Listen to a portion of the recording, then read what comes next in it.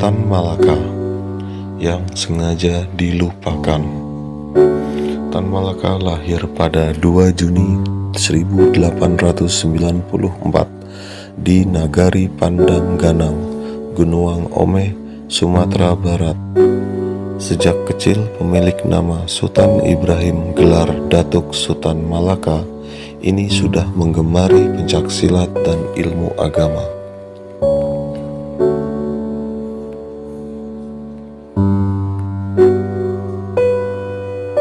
Tan Malaka menghabiskan masa remaja di Quick School, sekolah guru negara di Fort de Noc.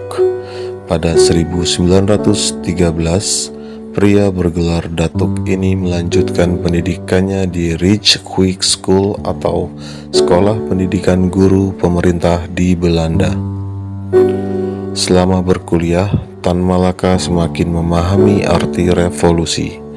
Dia juga semakin tertarik untuk mempelajari paham sosialisme dan komunisme. Dia pun mulai membaca buku karya Karl Marx, Friedrich Engels, dan Vladimir Lenin.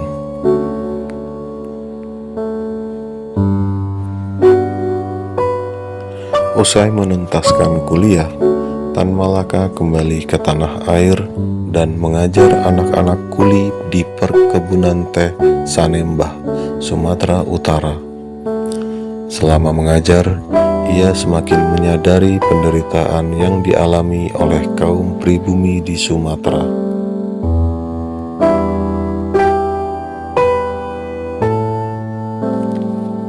Akhirnya, Tan Malaka menulis karya Tanah Orang Miskin di Het Vrije Woord edisi Maret 1920 yang mengisahkan perbedaan kaum kapitalis dan pekerja. Tan Malaka juga bergabung dengan Indische Sosiaal Democratische Vereniging yang menjadi cikal bakal Partai Komunis Indonesia.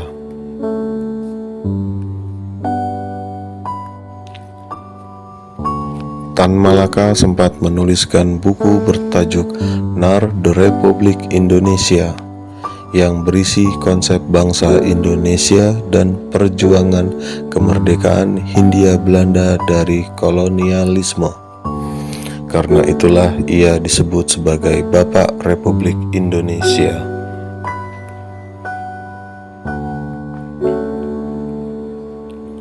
Selain membuat konsep dan perjuangan tanah air, Tan Malaka juga menuliskan analisis kondisi politik internasional antara Jepang dan Amerika yang menyebabkan Perang Pasifik.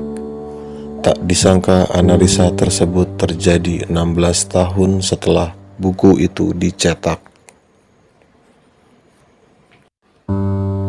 Beberapa karya lain yang ditulis Tan Malaka, di antaranya Aksi Massa, Dari Penjara ke Penjara, Manifesto Jakarta, Rencana Ekonomi Berjuang, Pidato Purwokerto, hingga Gerpolek atau Gerilya Politik Ekonomi. Semasa hidupnya, Tan Malaka kerap menjadi buronan Belanda. Karena itulah, keberadaannya sangat misterius. Dirinya juga dikenal sering menyamar guna menyembunyikan identitas. Melansir jurnal Tan Malaka, ditinjau dari perspektif perjuangan bangsa oleh Randi Fadilah Gustaman. Tan Malaka memiliki 23 nama palsu dan telah menjelajahi 2 benua dengan total perjalanan sepanjang 89.000 km. Ia juga mengganti nama setiap hijrah ke tempat yang berbeda. Tan Malaka sempat bersaing memperebutkan kekuasaan dengan Presiden Soekarno. Akan tetapi, Soekarno berhasil mengunggulinya dengan membawa Sultan Syahrir sebagai Perdana Menteri. Titik didih Tan Malaka pada Sultan Syahrir yang dianggap terlalu senang berdiplomasi untuk mempertahankan kemerdekaan berujung penculikan terhadap Sultan Syahrir. Pada 1946, Tan Malaka yang mencoba kudeta ditangkap dan dijebloskan ke penjara selama 2 tahun. Usai dibebaskan, ia membentuk Partai Musyawarah Rakyat Banyak atau Murba pada 7 November 1948. Partai tersebut menganut landasan anti-fasisme, anti-imperialisme, dan anti-kapitalisme. Kemudian ia membuat pasukan gerilya pembela proklamasi untuk melawan Belanda. Sayangnya, aksi Tan Malaka tidak mendapat dukungan dari TNI. Pada Februari 1949, Tan Malaka dan pengikutnya ditangkap di Kediri, Jawa Timur. Sejumlah sumber menyebutkan bahwa dirinya dieksekusi dengan cara ditembak. Tan Malaka pun dimakamkan di Selopanggung, Kediri. Berikut adalah quotes-quotes terbaik dari Tan Malaka. Belajarlah dari Barat, tapi jangan jadi peniru Barat, melainkan jadilah murid dari Timur yang cerdas.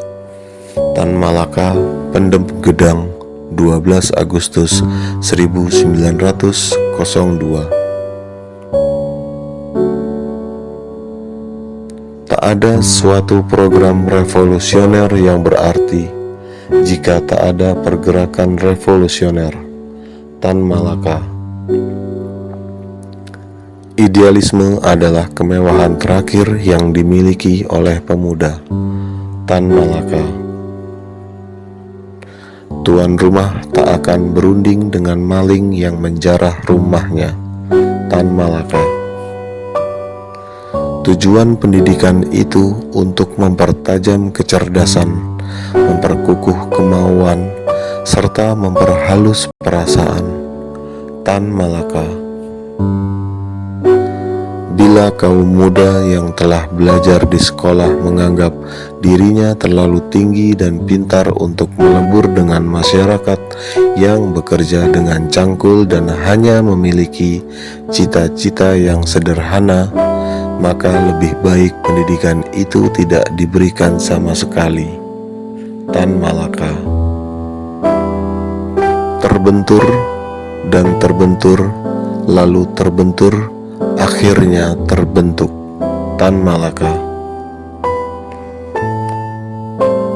Ahli waris Tan Malaka, Hengki Novaron Arsil Datuk Tan Malaka, meminta pemerintah untuk memasukkan perjuangan dan pemikiran Bapak Republik Indonesia itu ke dalam kurikulum sekolah. Ini dilakukan agar anak bangsa mengenal jasa Tan Malaka dalam memperjuangkan tanah air. Tak hanya itu, Hengki juga meminta agar Tan Malaka mendapat hak dasar sebagai pahlawan nasional, yakni memiliki taman makam pahlawan di tanah kelahirannya, Sumatera Barat. Selain itu, Hengki juga berharap pemerintah dapat memperbanyak nama jalan Tan Malaka di Indonesia. Namun, usulan tersebut ditolak oleh Novel Bamukmin, Wakil Sekretaris Jenderal PA 212, sebab Tan Malaka dipandang sebagai tokoh dengan aliran kiri atau komunis. Ia juga menilai pemikiran Tan Malaka dapat memberi dampak negatif untuk peserta didik.